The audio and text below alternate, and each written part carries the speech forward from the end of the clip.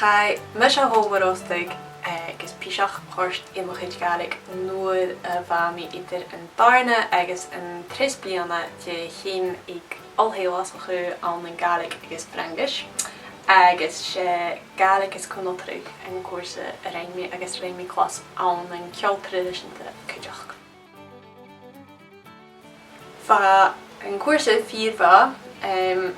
Rosa had a thuig mé idir graman na Gaeilge misteach mé an tóbhór agus bí mé háasta cleachcuh na garsan ó thuair sin sna fásaigh sin má céist grama dacham. Cuideach chádarm puist agus árainn Gaeilge jónschuh at sa bamián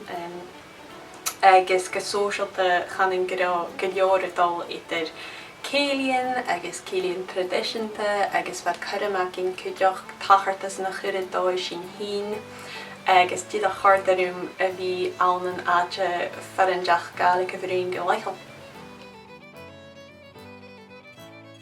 Bha bailach úine a cin ans na chlásicin na bhacham i gáilthaíosachu agus cháir sin riúm is gas go rá nóir sin chudum a cin chlásicin duibh a bhí a cin ach chuideach chlásicin a bheith bicin na bhthóisialta faranrá chudum a cin bríon dí chéile agus Séidir a gheag sin go mad bú ag tíadh na bliana hamas minichuch agus féimi mé áiticha gorá go leor ó bedán ach bhain deafar a bhí chláintín nar cuid Gaeilge ag tíadh na bliana caran na dhéadamh gorá an óbid sin go féin. Chabhín idir fer a bhíon méondiú muireach me an dómhór thuga na scileann agus bhísneach diolch bhí brín na Gaeilge agus réimi carriage na agam hás dat sa bhamián agus cuideach chuil me se óbid fer a bhíon háast inniu. Bháin a bhag an dómhór gin teagah thuga scileann agus cuireann gá nach aon an áitis mí éile agus ha mé muthe gur